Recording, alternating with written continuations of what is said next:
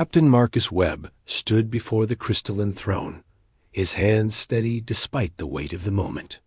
The ethereal queen towered above him, her translucent form shifting between shades of blue and silver like living starlight.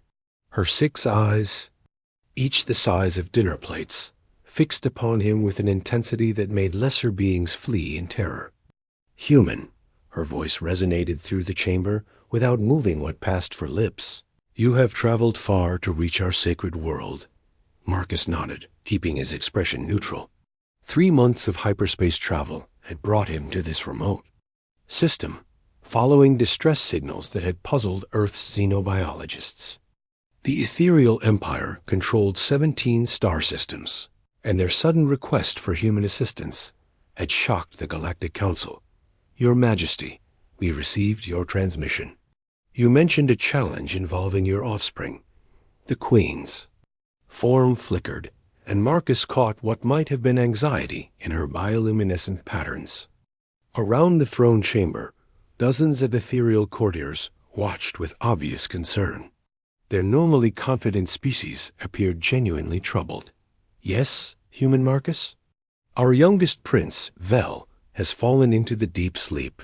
For 3 cycles, he has remained unresponsive. Our greatest healers cannot wake him. Our most advanced technology fails to penetrate whatever holds his consciousness. She gestured with one of her 4 arms toward an alcove, where a smaller ethereal lay motionless on a floating platform. The young prince's form barely glowed, his natural luminescence reduced to the faintest shimmer. Our scholars discovered ancient texts, the queen continued, speaking of a species capable of reaching minds that even we cannot touch. The texts describe beings of remarkable stubborn determination, creatures who refuse to accept impossibility. Marcus felt a familiar pride swell in his chest. Humanity's reputation for persistence had spread far beyond their home system. Where other species saw insurmountable obstacles, humans saw puzzles waiting to be solved. What exactly do you need me to do, Your Majesty? The challenge is this. Enter my child's consciousness using only your human intuition and willpower. No technology, no enhancement, no assistance from our kind. If you succeed in waking him, name your reward. Anything within the power of the ethereal empire to grant. The assembled courtiers murmured in their harmonic language. Marcus understood enough to catch their skepticism. Many believed the queen desperate to even consider such an outlandish solution. I accept the challenge. The queen's eyes widened. You do not wish to know the consequences of failure. Failure isn't an option, Your Majesty.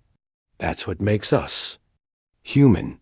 Within the hour, Marcus sat beside the sleeping prince in a meditation pose he had learned during his military training. The ethereal medical team had explained their theories about consciousness bridges and psychic resonance, but Marcus tuned out their technical jargon. Sometimes the simplest approach worked best. He closed his eyes and reached out with his mind, not seeking any mystical connection, but simply trying to understand the young being beside him. Marcus thought about his own childhood, about times when the world felt overwhelming and sleep offered the only escape from confusion and fear. Hours passed. The ethereal observers grew restless, but Marcus remained focused. He began speaking, softly telling stories about Earth, about human children who faced challenges that seemed impossible. He talked about overcoming fear, about finding courage in the darkest moments. Hey there, Vel, Marcus whispered, as if addressing a frightened child hiding under a bed. I know you're in there somewhere. Being a prince must be tough, right? Everyone expecting you to be perfect, to know all the answers. The young ethereal's glow flickered almost imperceptibly. Marcus continued talking, sharing tales of human resilience, of children who had faced monsters both real and imagined. He spoke about the importance of waking up each day, even when that day might bring difficulties. You know what I learned?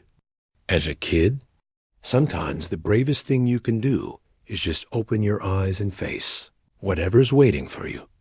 Vel's form brightened slightly. Your mom is really worried about you. She called in a human from halfway across the galaxy because she believes in you that much. She thinks you're strong enough to come back to us." The prince's eyes began to open, one by one, each glowing with renewed vitality. His bioluminescent patterns shifted from the dull gray of deep sleep to the vibrant blues and greens of healthy consciousness. "Human," Vel's voice was weak but clear. "I heard your stories. They gave me courage to return." The throne chamber erupted in harmonic celebration as news of the prince's awakening spread. The queen's form blazed with joy, her relief evident in every photon of light she emitted. "Marcus of Earth," she declared formally, "you have succeeded where our greatest minds failed. Name your reward." As promised, Marcus looked around the chamber. At the advanced technology, the priceless artifacts, the obvious wealth of an empire spanning multiple star systems. He thought about what Earth needed. What would benefit humanity most? "Your Majesty, I request formal alliance between the ethereal empire and Earth, not as subjects or servants, but as equal partners in exploring the galaxy." The queen's surprise was visible in her sudden shift to pure white luminescence. "You could ask for personal wealth beyond measure, for technology to advance your entire species by millennia, for anything your heart desires. This is what my heart desires. Humans work best when we're part of something bigger than ourselves. We want to explore the stars alongside friends, not alone." The queen considered this for a long moment. Her colors cycling through what Marcus had learned indicated deep thought. "Very well, human Marcus. A ethereal empire formally recognizes Earth as an equal partner in galactic exploration. Our resources, our knowledge, our friendship are yours." As Marcus prepared to leave, young Prince Val approached him. "Human Marcus, how did you reach me when our most skilled mind healers could not?" Marcus smiled. "Sometimes the solution isn't about being the smartest or having the best technology. Sometimes it's just about refusing to give up and remembering that everyone needs to know someone cares about them."